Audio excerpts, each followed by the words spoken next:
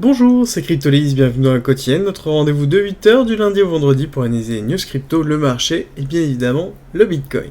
On commence avec les nouvelles avec une grosse news qui est le fait que BlackRock et Coinbase s'allient notamment pour proposer à travers la plateforme Paladin de BlackRock du trading sur du Bitcoin et des autres cryptocurrencies pour les institutionnels. Donc c'est vraiment à travers la plateforme Paladin qui est très importante et qui est globalement le fer de lance de BlackRock sur la gestion en fait des assets. Et donc c'est très important, ça veut dire qu'il y aura directement une intégration sur leur soft de gestion d'assets, de Bitcoin et de cryptocurrency. Donc c'est positif pour en tout cas l'entrée des liquidités des institutionnels dans le marché. Directement dans le marché de la crypto.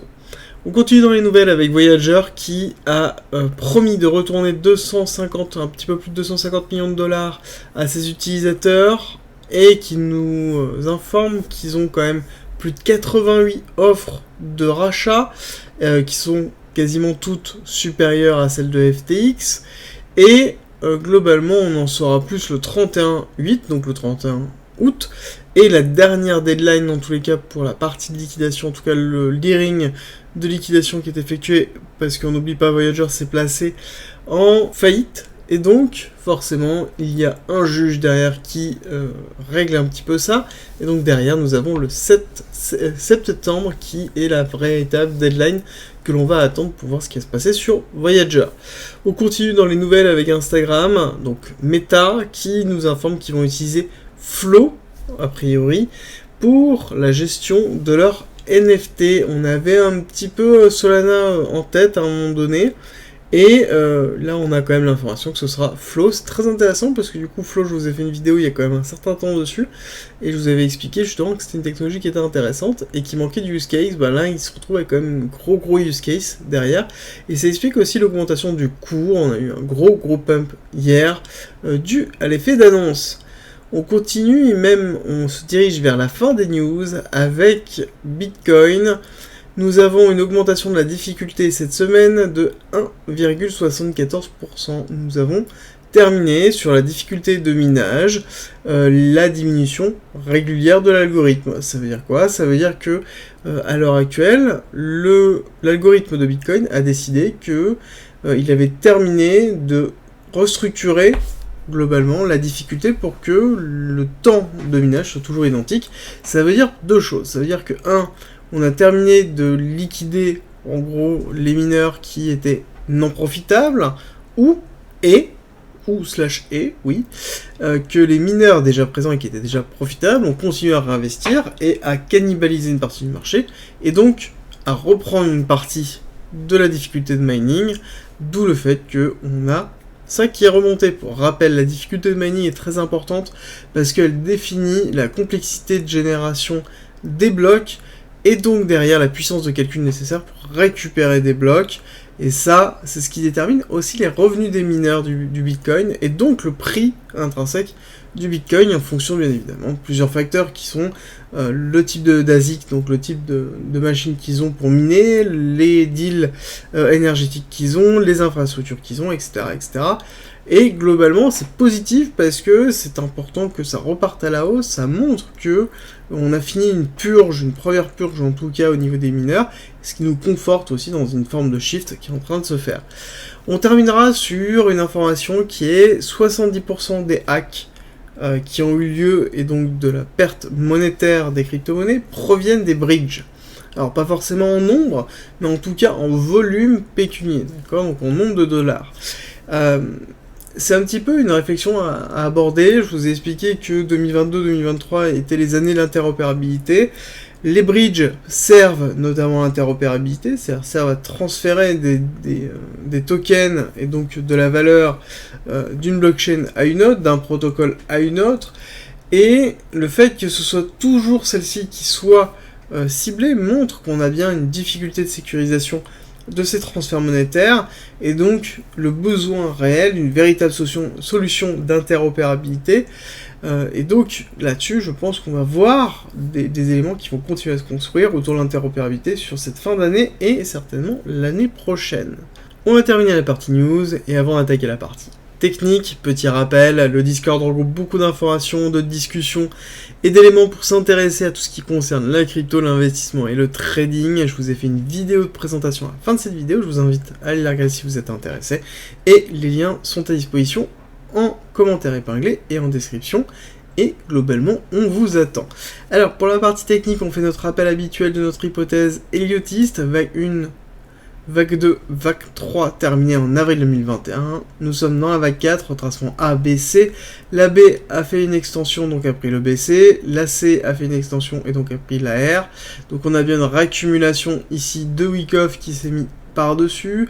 On rappelle schématique Wyckofienne qui a pour vocation d'aller créer de la liquidité en bas pour repartir à la hausse, et donc il y a un schéma très bullish.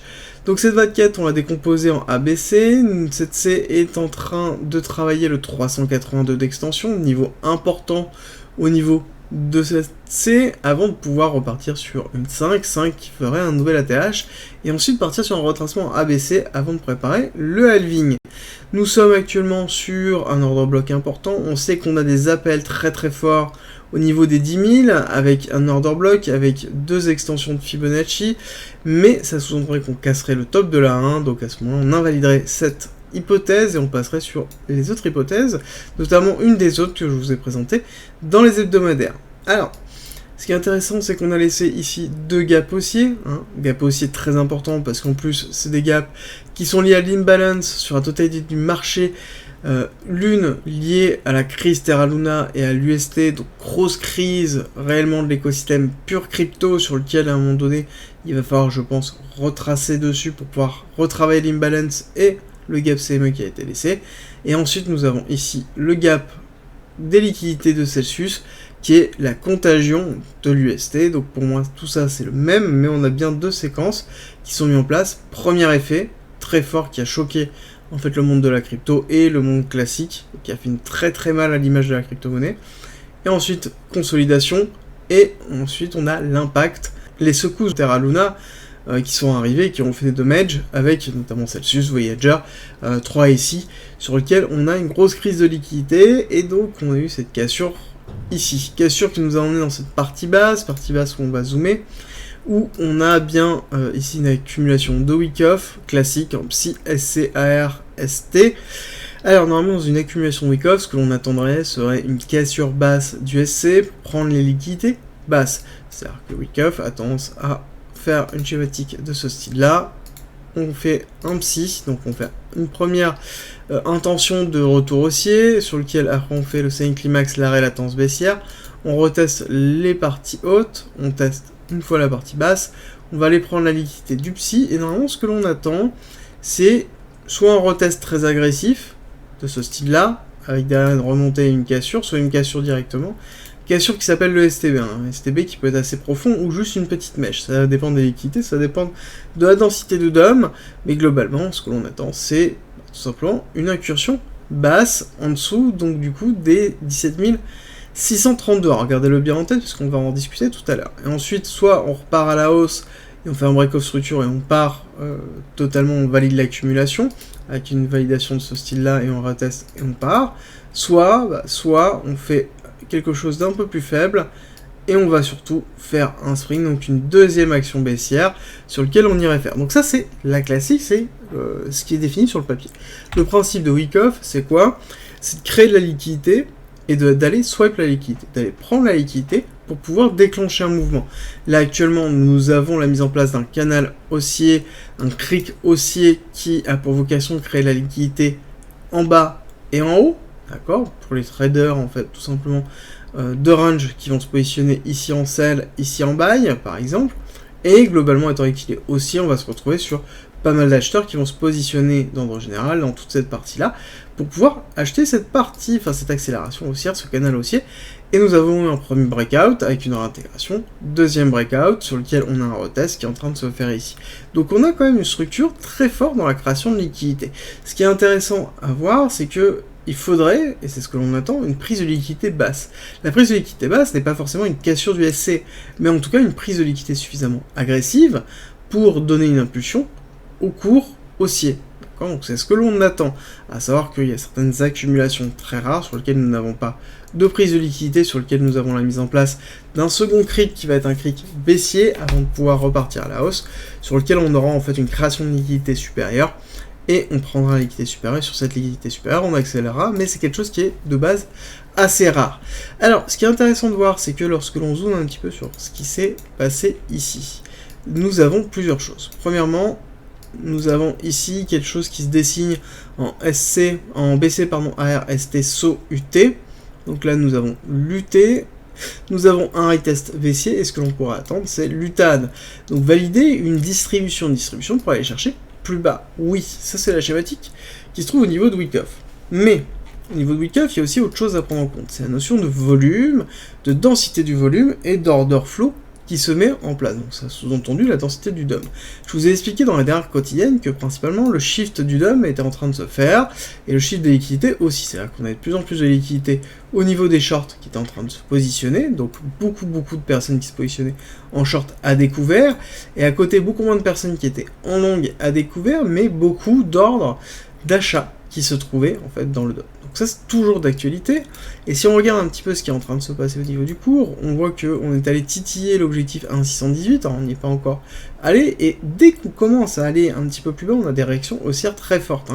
On regarde bien, pour descendre on a pris du temps, et derrière on a bien une accélération haussière très forte, pareil ici, donc on a quand même une indication du marché qui nous dit qu'en effet on descend, certes, parce que là on a des structures qui sont quand même ici top, donc qui sont plus ou moins baissiers, mais à côté on a des break-off structures mineures systématiques. Ici on a un break-off structure, ici on a un break-off structure, donc on a des indications que on a quand même une vocation à repartir à la hausse. On a aussi autre chose qui est en train de se faire. Si on regarde ici, on a encore une belle divergence haussière qui est validée, donc là on a eu cette accélération haussière, mais je pense que ça pourrait être un signe de redépart à la hausse, d'accord, de redépart à la hausse sur le cours, pour aller faire à minima ici, aller prendre cette liquidité là, pour faire un UTAD, voir ensuite au niveau des volumes, est-ce qu'on se positionne sur des volumes de distribution, ou est-ce qu'on est sur des volumes de réaccumulation, chose qui pourrait être le cas. Alors, est-ce qu'on n'aurait pas vocation à les descendre plus bas? Là, je vous ai donné deux niveaux qui sont importants, qui sont 21 700, et derrière, nous avons les 21 200, qui sont deux niveaux très importants sur lesquels nous avons du volume, nous avons un order block, nous avons de la liquidité, et qui correspondrait aussi à un retracement agressif, mais néanmoins, nous avons retracé ici à 618, sur lequel on pourrait avoir un retracement assez faible. Ce qui est intéressant de voir, c'est qu'on a quand même quelque chose qui, contrairement aux différentes chutes que l'on a eues précédemment, si on regarde un petit peu la notion de fractalité temporelle, on a quelque chose qui est beaucoup plus absorbé. On a quelque chose qui est beaucoup plus absorbé, qui montre qu'on a bien un shift du marché qui est en train de se faire. Quand on regarde ici, on a quelque chose qui est très agressif dans la descente, quelque chose qui commence à être un peu plus allongé avec des hausses assez fortes. Là, on se retrouve sur quelque chose qui est très allongé, avec notamment ici un véritable travail d'accumulation. Donc on pourra avoir ici une distribution, accumulation, réaccumulation, à repartir haussier, avec un break ici, d'accord. Donc on n'oublie pas là-dessus, sur cette réaccumulation, pour pouvoir se dire que on invalide la partie là, il faudrait un break of structure de ce retracement ici, qui correspond à 23 600. Si on casse les 23 600, ça veut dire que on va repartir à la hausse pour aller faire un nouvel ATH. Par contre, il est évident que si on casse ici le 618, les prochains objectifs se trouvent au 21 700, d'accord. Donc là-dessus, on aura une continuité baissière pour aller retravailler ici la fin de l'imbalance, avec ici le petit order block à l'équité qui se trouve là, voire possiblement, si on a un break très fort baissier qui va chercher le 2618, on a les 21 200 qui nous attendent derrière. On a quand même, là si on regarde, un RSI qui est en travail haussier, qui est clairement en travail haussier. D'accord, le RSI en lui-même, là on le voit bien, on est bien sur quelque chose qui est purement haussier, donc on a un momentum qui est en train de se créer, chose qui ça faisait quand même très longtemps qu'on n'avait pas de momentum qui est en train de se créer de cette façon-là, en tout cas aussi construit au niveau du RSI, donc ce qui est bon signe pour l'ensemble du cours, et notamment le retour du CVD, sur lequel on a quand même quelque chose qui est bien structuré. On va comparer après cette avancée-là avec le Nasdaq, et vous allez voir, il y a des choses intéressantes à voir. Avant, on va s'arrêter sur l'order flow. Alors sur l'order flow, on n'a pas trop d'informations. Alors là, je me suis placé en 1 heure par rapport à d'habitude, pour avoir un petit peu de recul pour voir ce qui est en train de se faire. Donc oui, on a une toute petite prise de profit qui est en train de se faire, mais qui est vraiment très timide hein, au niveau des longues. On pourrait dire que c'est du partial, j'ai l'impression, qui est en train de se positionner. Donc c'est-à-dire qu'on a une prise de profit partial sur la création de longues, donc potentiellement une continuité baissière pour après avoir un rechargement. Peut-être ce qui est en train de se structurer, ou tout simplement juste un partial qui est effectué ici pour une continuité haussière. Aller chercher plus haut, parce que on a vraiment pas... On n'est pas allé chercher la partie basse ici. Hein. Quand on regarde ça, c'était une fin de prise de profit. Et là, on le voit bien ici. Première, deuxième, troisième, fin, accumulation qui s'effectue ici. Hein. On le voit bien ici qu'on a une accumulation. Là, structurelle. Et ensuite, accélération haussière. Et donc derrière, après, là, on a quelque chose qui est un petit peu plus mitigé. Et je trouve que même au niveau des comptes classiques, on se retrouve sur quelque chose qui... est quand même très très mitigé. On a une accélération haussière mais qui n'est pas suffisante avec tout de suite un décrochage et on est en train de se recalibrer. Donc là, on a vraiment une indécision pure au niveau de la totalité des comptes, alors que sur les long short position des top traders, on a quand même quelque chose qui est marqué, qui est quand même haussier. Si on regarde la totalité du mouvement, on le voit bien qu'on est sur quelque chose qui est totalement haussier en termes de volume sur les top traders. Malgré, et ça c'est toujours le gros problème que j'ai, c'est qu'on a un marché qui est beaucoup trop leveragé, avec beaucoup trop de leviers, et donc du coup pas assez de spot pour l'instant, même si on voit une augmentation du spot qui est en cours, ce qui est bon signe. Alors, on va regarder le Nasdaq. Nasdaq, on a fait très belle accélération, on a dépassé le 1,618. Je vous avais parlé de ces objectifs-là. Pour moi, le prochain objectif, c'est aller checker à minima, voire prendre la liquidité ici des 13 500, donc toujours une continuité haussière. Hein. Pour moi, j'aurais du mal à penser qu'on fasse un gros retracement alors qu'on est quasiment à côté. Donc on aurait tendance à aller checker avant de pouvoir faire un retracement technique et ensuite faire soit une continuité haussière si jamais on a fait un break haussier sur ça avec une validation d'une bougie, soit une rechute pour un retest à minima pour pouvoir retester au moins 2 fois. On n'oublie pas, c'est généralement la tendance du Nasdaq de retester 2 fois un niveau important de liquidité, et donc là on aurait bien une prise de cet equal high avec derrière potentiellement une validation de cette accumulation, très belle accumulation. Là on a déjà une première indication, mais donc on aurait un break aussi avec une prise de liquidité de l'equal high, on aurait un retracement pour un retest et ensuite une continuité haussière. Donc on a quand même du Nasdaq qui est plutôt positif. Hein. Pour rappel, dans la vidéo de l'hebdomadaire dernier, je vous ai un petit peu donné ma vision de la notion du pricing qui est en train de se faire. On a quand même un marché US qui a pricé, un marché financier qui a gravement pricé tout ce qui est en train de se passer. On a eu une série de mauvaises nouvelles. Excusez-moi, ici ça ne se voit pas. Donc on a bien le fait que le marché a pricé tout ce qui est en train de se passer. Et donc la question, elle est qu'on est en train de faire un rebond fort technique au niveau du marché US, ou est-ce que c'est tout simplement une reprise sur une fin de pricing qui est en train de se faire, avant possiblement de faire un rebond technique beaucoup plus agressif pour aller retester les 15 000, faire après une continuité baissière sur du long terme, donc plutôt un an et demi, ou est-ce que tout simplement on break, et on break aussi avec un nouvel ATH derrière du Nasdaq. Bon, il est vraiment trop tôt pour en discuter, mais en tout cas là on a une validation d'accumulation qui est en train de se faire et qui est vraiment très belle. On va attendre la fin de cette semaine pour justement valider tout ça, mais de mon côté, moi je considère que c'est quand même une belle pattern qui est en train de se faire. Bon, par contre c'est un peu moins le cas au niveau de la corrélation entre BTC et Nasdaq. Si on regarde un petit peu, hop, les deux, on voit qu'on a fait quelque chose qui était assez cohérent, et que là, sur cette accélération haussière, globalement, le Nasdaq est en train de partir tout seul.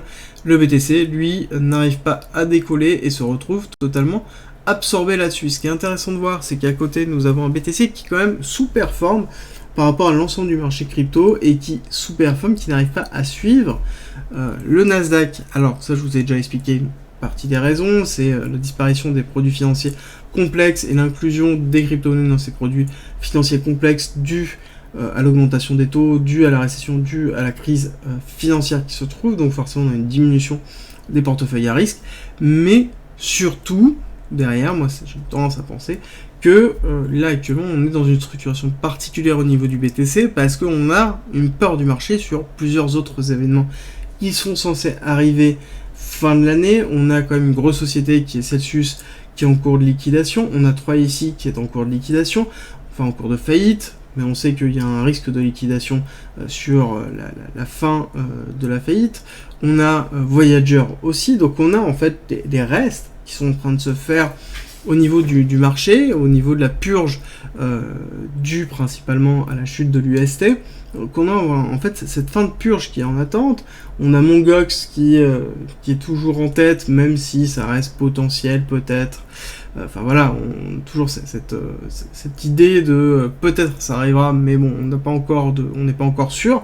Mais on a toujours cette pression baissière qui est en train de se faire, et je pense que cette incertitude empêche le BTC de partir, parce que on a quand même un shift qui est très fort, c'est-à-dire qu'on a un order book qui est vide sur la partie supérieure. À côté, on a des clusters de liquidation, donc on pourrait monter très vite à faible coût, ce qui n'est pas le cas actuellement. On a quelque chose qui est en cours de construction, donc on est sur une forme de pseudo-réaccumulation, mais qui pourrait très vite se transformer en distribution si jamais on a une accélération haussière, un break haussier avec derrière une cassure du saut, on aurait une distribution, et là ce serait un peu négatif. L'autre point à noter, c'est que le Nasdaq, derrière, nous sommes arrivés ici au-dessus des 70. Alors, ça faisait quand même assez longtemps, hein, depuis novembre, qu'on n'était pas repassé au-dessus. Hein, donc là, on a quand même quelque chose, un signe fort. Généralement, quand on arrive à 70, ce qui est intéressant, c'est qu'on reste pas trop longtemps au-dessus, donc ce qui correspondrait justement à la prise de liquidité avant d'avoir un retracement effectif, voir si derrière on n'aurait pas un impact baissier du Nasdaq sur la crypto-monnaie, notamment le BTC, parce qu'on n'a pas l'impact haussier, mais on peut très bien avoir l'impact baissier, donc il faudra surveiller beaucoup le Nasdaq quand on arrive justement dans les 13 500, c'est là où il va falloir vraiment ouvrir l'œil. Rejoins le Discord, c'est un lieu unique qui réunit toutes les informations sur l'investissement, le trading, la crypto-monnaie et la blockchain. Tu y trouveras notamment toutes nos annonces, une bibliothèque remplie d'informations mises à disposition gratuitement pour tout comprendre, des salons de discussion pour pouvoir progresser ensemble sur la crypto-monnaie, la blockchain, le minage, la fiscalité, la DeFi bien évidemment, et ensuite l'analyse technique avec la partie débutant, expert, sur les indices, sur même le trading en général. Ensuite tu as la partie communautaire avec nos signaux bien évidemment, et ensuite les services communautaires, donc de la communauté à la communauté, ainsi que les annonces de recrutement et des salons de discussion pour discuter de chacun des coins, de tes coins préférés. Ensuite, en étant membre du Discord, tu as accès à cryptolis.fr avec plein de guides écrits mis à disposition gratuitement, ainsi qu'un ensemble de vidéos mises à disposition gratuitement, sur lequel tu vas y retrouver plein d'informations pour pouvoir te former notamment sur la psychologie, la DeFi, l'investissement, le trading, l'analyse technique bien évidemment, ainsi que les futurs, la gestion des futurs, construire sa propre stratégie, comprendre la technologie de la blockchain et encore avoir accès aux lives, tout simplement rediffusés, qui sont sur le Discord où on traite justement de sujets d'actualité et on discute ensemble et on va plus loin. D'ailleurs, si tu veux aller plus loin, le premium est à disposition et n'hésite pas à nous rejoindre sur le Discord et à poser des questions dessus, tu auras toutes les informations. Si tu aimes mon contenu, like, partage et abonne-toi, ça m'aide énormément.